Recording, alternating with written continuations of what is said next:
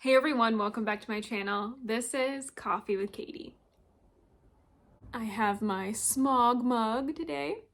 So today's video is going to be fantasy book recommendations for beginners. So essentially what I'm going to be doing, as the title would suggest, is I'm going to be giving you some recommendations if you're just starting to get into fantasy, you're not really sure where to start, you're intimidated by like magic systems, etc.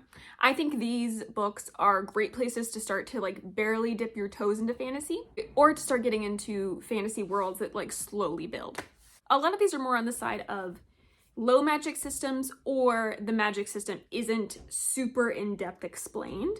That way you can just kind of go into it and go with the flow. But I will get into the reasons for each of the books. I did a couple of adult, but a lot of these are YA because I think YA fantasy is in general easier to get into for beginners. And sometimes the pacing is a little bit more friendly than like slogging through a huge high fantasy book.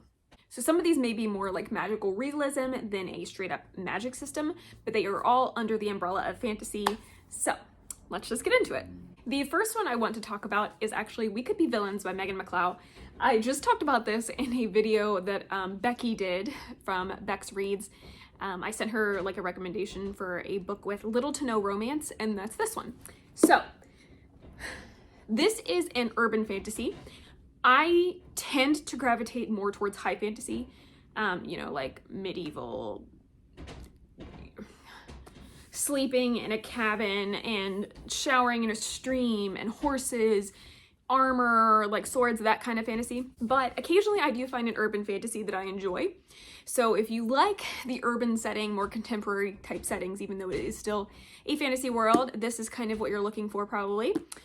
So this is a more superhero urban fantasy. So in this world, it's very much like our world today. And the main character, Rosemary, is a huge fangirl. And it's for the Vigil and Anti-series, which is akin to the Marvel Universe in our world. So think Marvel Universe, all those like robust characters, tons of characters, lots of storylines, that kind of a thing. So in this world, she's like a huge fangirl, normal everyday girl, works at like a fast food restaurant in high school, and then one day someone starts stalking her and she starts to think that it is the villain in these movies and TV shows that she's been watching, and she's like, how could this be possible? So it turns out that the supervillain is stalking her, and not only that, but because this is all unfolding, she starts to wonder if this is all real and not a facade. They're not actors, they're actually real people. And she kind of slowly realizes that this is all in fact real and that the government is just using movies to cover up these incidents that are actually occurring. So the supervillain is stalking her and ends up blackmailing her and saying that if she doesn't help him take over the world, then he will kill her family. And so she has to start navigating that and becoming sort of a spy double agent situation. So I would say this is a good place to start. The writing is really easy to get into. It can be a little bit cheesy at times, but I think that cheesy writing also kind of goes hand in hand with superhero stories and like comic book scenarios, which I like. So if you like superheroes, you kind of like maybe potentially falling for the villain or getting a soft spot for the villain, espionage, and those types of things, I would recommend you check this out. Hello. Hello. Did you have a good walk? Yeah. The next one we're going to be talking about is What the River Knows by Isabel Ibanez. This is much more, I would say, like a magical realism situation. So this is a historical fantasy, and you're following Inez, whose parents have died, and she wants to go to Cairo. She's in Buenos Aires, and she wants to go to Cairo to find out what happened to them and start like going on this architectural dig because they're trying to find Cleopatra's tomb. And so she goes there without permission from her aunt to try to figure out what happened to her parents and find Cleopatra's tomb and all of these things. She was given a ring by her father, and it has like magical properties where she put it on and she could smell roses, and these magical things occur around her, which leads her to other forms of this treasure that is linked to Cleopatra.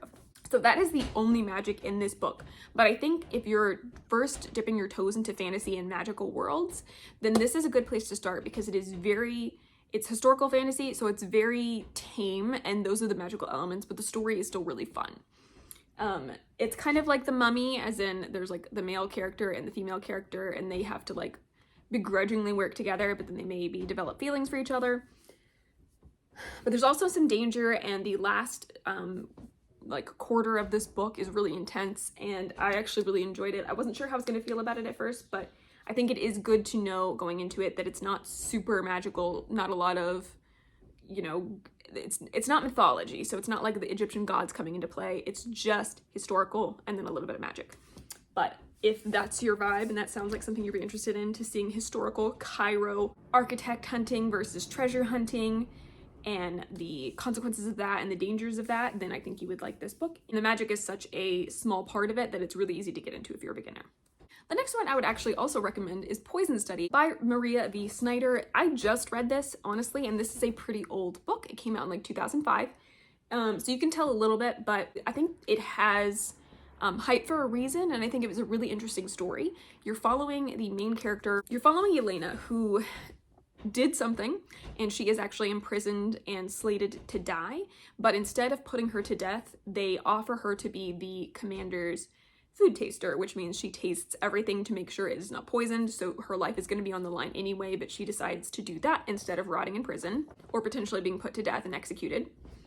So she does that, but in order to do this, she has to study and learn poisons and what they taste like and how to identify them so that she can pass on that information. That way, if there's an attempt on his life, they can track it to something. But what happens is that she goes to the person that is supposed to train her on her first day, and he is having her do these things, and he tells her that she has just ingested a poison, and if she wants to live, she has to come to him every single day to get the antidote or she will die. So the stakes are really high right off the bat, but the magic system, there's talk of magic, and I think the magic system gets expounded upon in further books, but in this book, it's not that intimidating, and it's a really interesting story. And again, the stakes are really high off the bat, so it's really easy to like get into the flow of it and want to know what happens. So I think this is a good start for beginners as well. And I think all of these have a little bit of romance in them, even if that's not the main part of the story, just because that tends to happen when you're building characters. But I think if you're a beginner and you're not really sure about this, it's a nice fantasy world, but there's a lot of political intrigue and sneakiness and a coup that could potentially form. There's just a lot of stuff going on here that's interesting, that's not necessarily magic, but there are magical elements. So give that a shot if that sounds good. This next one is technically an adult fantasy, but I think it reads really easily, and that is One Dark Window by Rachel Gillig. This is more on the romantic side, even though that's not the main part of the book, the plot of the book, I guess.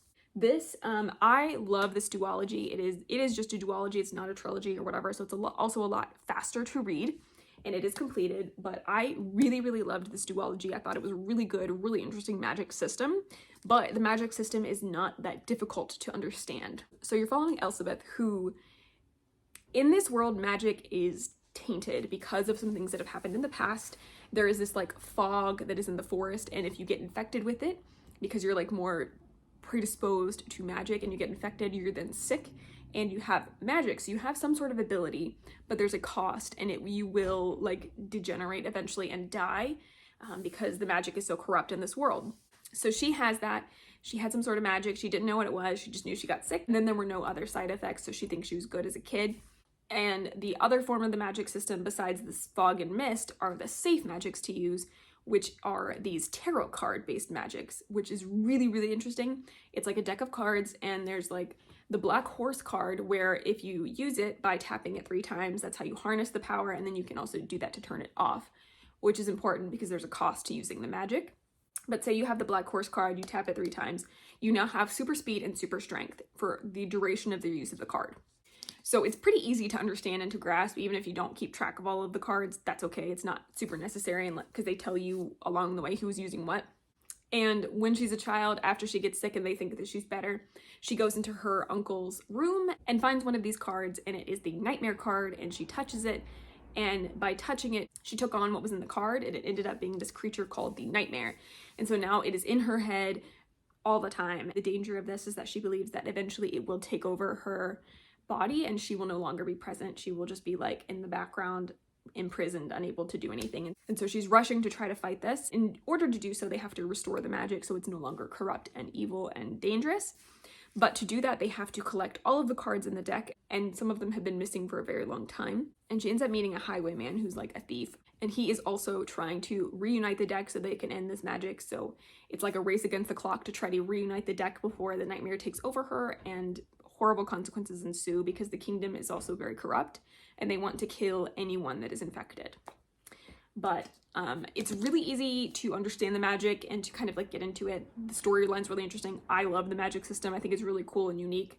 So I would recommend this one as well, but it is a little bit more adult and has some like scary elements. But I really, really loved this. The next one is much more whimsical, and that is Once Upon a Broken Heart by Stephanie Garber. This is set in the world of the Caraval universe. You could also read Caraval, but I think this one is just a little bit more accessible for beginners. And you are following Evangeline Fox, who believes her true love is about to marry somebody else and make a mistake, and he doesn't actually want to marry them. And so she tries to save him from this, and by doing so, she goes to the Church of the Prince of Hearts. And Prince of Hearts and these other beings in this world are kind of like Greek gods. They're kind of mortal and they each have a power. And she goes to him to make a deal so she can stop this wedding from happening. But in making a deal with him, it may be a lot more than she bargained for, and chaos ensues. But while this has magic and really fun, fantastical elements, it's not hard to understand because essentially it's just these beings that have these magical abilities, and then they live in a world where magic exists, like tiny dragons, which is adorable. But it's much more whimsical and fairy tale-esque, so it's just easy to get into it and read it and just like go with the flow and have fun. There's vampires, there's a lot of different elements that are intriguing and fun, but her writing is just very, like I said, whimsical a million times, but it's very light. There's like dark situations that can happen, but it's very light, it's very fun. It feels very warm and like coming home. It's really enjoyable and immersive. It's very flowery writing in the sense where she'll talk about like sunlight feeling like butterscotch. So if you don't like that, maybe not.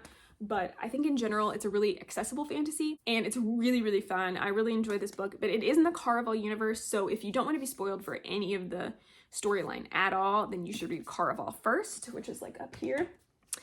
But I do think this one's really easy for people to get into, and I have seen a lot more people gravitating towards this than Caraval, even though Caraval is my personal favorite. But give this a shot if that sounds fun to you. Broken Hearts and Angst.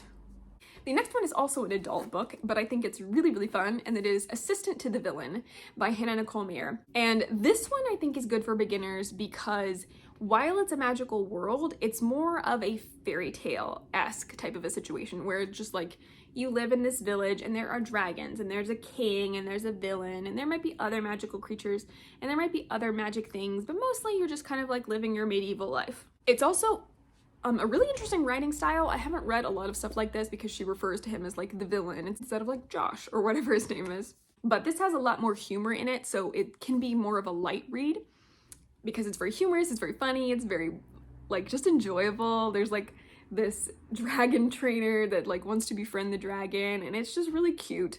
But you're following Evie, who her father is sick and she's desperate to try to provide for her family, and so she really needs to find a job, but she's been fired from other jobs for various reasons that were not her fault. And she ends up stumbling into the villain, who she doesn't know that that's who he is at the time, and he's desperately trying to take down the king. He offers her a job and she cannot refuse it because it's a good job. And so she starts working for the villain, and she starts kind of being like, well, this is what I do now. I guess I work for the villain. She'll walk into his fortress some days and there's heads hanging from the ceiling. But while that sounds really gruesome, the way it's written and the way it's talked about, it's kind of not. It's kind of funny. And so it's really accessible, I think. There's a lot of humorous elements, like a frog that is turned into a prince and he just holds up signs. It's really funny. But then Evie and the villain maybe start developing a soft spot for each other, and the villain thinks that this couldn't possibly be happening because he's the villain. He can't think this way. So it's really cute. It's really fun. There is sort of a mystery element to this because somebody is trying to sabotage the villain, and they're trying to figure out who that is and how they're doing it. And the second book comes out this year, but I loved this. I thought it was really, really fun. I liked it more than I thought it was going to. I think you have to not take it too seriously and just go into it thinking it's going to be just kind of a fun read. It's really accessible, and I think if that sounds at all good to you, you should give it a shot. The next one is Divine Rivals by Rebecca Ross. The reason I recommend this is because it's kind of like a World War II type story, where there's a war happening and it's kind of in that time period. Two main characters are rival reporters and that work for a newspaper, but then one of them has a lot of stuff going on in their life. She's more of an impoverished person, and the other one is kind of from a wealthy family. Iris, the impoverished person, ends up going to the front lines to try to report and try to assist in that way with the war, to find her brother who went to war, and she's worried about him, and he was the only family she had left, and so she goes to try to find him. And he follows her, and they're both kind of on the front lines, and the way that develops is really interesting. And the whole part of the war is that there's two sides fighting, but they're for two different gods, and one of them is good, one of them is bad, essentially. But that's the fantastical element, is these gods, and there's like random magic. Like they go to this tea shop, but the tea never gets cold, and instead of planes dropping bombs, they're wyvern. It's those types of elements that make it the fantasy, but it's really easy to get into and understand, and it's not hard. It's not this like complex magic system. It's just like magic exists in this world and it is what it is. So for that reason, I think that it's really easy for beginners, but also I think the story is really engrossing. It like really sucks you in. It was written really well. The ending might rip your heart out because there's a cliffhanger and there's a book 2 out, so don't worry. But the writing is beautiful. The story is really interesting and unique for being kind of like a World War II fantasy situation. The characters are really fun to follow. The characters are become really like beloved to you. And it is a love story as well, but it's really cute. I really liked it and would definitely recommend. The next one that is also kind of an older fantasy is Frostblood by Ellie Blake. I picked this up because it sounded really interesting and I loved it. It is in more of an elemental magic system. So the premise is that the Frostbloods are the ruling class. They have ice magic, you know, Frostbloods. That's why they're called that. And they are the ruling class, but they are evil. And they're kind of like a tyrant and really oppressing the Firebloods who have fire magic. And they've been like slowly killing off all the Firebloods, and Ruby, the main character, is with her mom in hiding, and then they are found. Her mom ends up being killed and Ruby is imprisoned, and there's people come and break her out and ask her to help them in their rebellion against the Frostbloods, and they are also Frostbloods, which is really interesting. So you're kind of following a rebellion, but also elemental magic and training, and she gets entered into a tournament in the kingdom to like kind of infiltrate it and take them down from the inside. So it's elemental magic, there's like politics and corruption and hidden identities. There's also a tiny bit of the romance, but the way that the story ended up going and the ending of this book was really interesting, and I didn't expect it to go the way it went.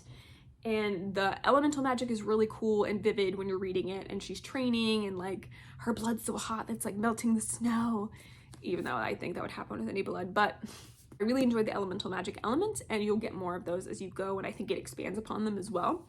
But again, really easy to understand, really easy to get into, and it was a fun ride. So I would absolutely recommend this. I loved this. This was like a 5-star read. The next one that I haven't talked about in my channel in a hot minute, but I loved the trilogy, is The Prison Healer by Lynette Noni. In this book, it is also elemental magic based. So in this world, when you go to the prison, you are basically there until you die. Like there's no getting out of prison essentially, but sometimes prisoners are sentenced to a trial by ordeal, which means you have to compete in challenges regarding all 4 elements. So water, air, earth, fire. And you're following the main character, who is the prison healer. She works in the prison. She went in with her father. Her father passed away, and she took over his position as the prison healer. So she heals people. She works medicine. Think of her as kind of like a doctor, essentially. Or a less trained doctor, but she knows what she's doing. But she's also hoping to be rescued from the rebellion because they believe that the ruling class are tyrants. And she's been waiting and waiting and waiting to be rescued, and it hasn't happened yet. But then the queen of the rebellion is sent to prison. They capture her and they send her to prison, but she is sick. They send a note to the prison healer saying, "Keep her alive, we are coming." And so in order to save her, the queen was condemned to the trial by ordeal, and so in order to save her and to possibly escape, the main character, Kiva, ends up entering the trial for ordeal. So she has to go through these challenges for the 4 elements, and it's very high stakes. It's very intriguing. The magic system is elemental, so it's pretty easy to understand, and it's just really engrossing. I fell in love with this book. I like flew through the trilogy, it felt like, and I loved the story as a whole. It was so good. So this one's very accessible and amazing. And last but not least, we're going to talk about one more today, and that is Hotel Magnifique by Emily J. Taylor. I believe this was Emily J. Taylor's debut novel, and I loved it. It's very accessible because it is very whimsical and fun. This is more on the line of Caraval, except this one's a little bit more sinister. It's a little bit darker. So in this book, you're following two sisters who have always dreamed of staying at Hotel Magnifique. And Hotel Magnifique is this hotel, it's a magical hotel. So it's a whole building, but it is one of the only places in this world, empire, whatever, that it is safe to use magic, because magic is kind of seen as very dangerous, and the people that have it will like implode, be killed, etc., because it's very dangerous. So this is the only place that you can experience magic safely, and it's a whole building, and it will randomly transport somewhere else. It'll just be like boop, gone, and it'll be in another location.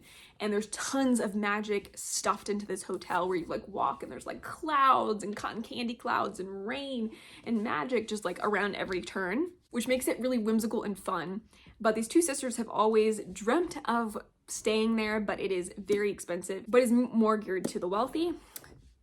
And it's also kind of shrouded in mystery because anyone that stays here has to sign a contract that forfeits their memories, so they have no idea what occurred when they were in the hotel, but they leave saying it was the best time of their life, even though they couldn't tell you what happened while they were there. So it's very like mysterious and possibly sinister and interesting, and they end up getting jobs to work for Hotel Magnifique. So they go in and they're working there, which is the only way they get to experience and see all of this stuff. But something happens to her sister, and she's like trying to find her, and she kind of goes missing.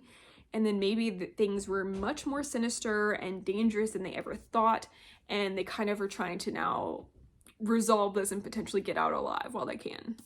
So I loved this. I thought it was a lot of fun. It was, like I said, a little bit darker than Caraval, so you're kind of like, oh, what's gonna happen? And there's like high stakes, but it's also very magical and whimsical, and there's fun characters, and there's scary characters, and there's just a lot to like get into. But again, the magic is just like contained in the hotel, so there's not like a magic system. It's just like, and then we walk into this room and it's raining, and we walk into this room and it's a rainforest. Like, just fun things that are very easy to understand, but also just like amazing and fairy tale like, and would make me want to stay at a hotel like this. But it's also very intriguing, and you're trying to figure out the mystery, and it's just a lot of fun. So I would also highly recommend this. I feel like people don't talk about this book. I feel like they either don't talk about it or people had negative things to say about it. But I think if you just go into it with an open mind and you just want to have like a fun ride and not really know what's going on, then this is a book for you. I really, really enjoyed it, and I wish more people talked about it. Well, those are my recommendations for fantasy books for beginners. I hope this is helpful. I hope some of you are like, yes, and you read some of these and then let me know that that was a good choice for a beginner. Or if you've read these, I would love to hear your opinion about that as well. And let me know if you like recommendation videos like this, and I will try to make more of them in different genres or areas. Thank you so much for watching, but for now, that is it for today's video. Please like this video if you liked it, subscribe if you want to, and I will see you next time. Stay safe and caffeinated. Bye.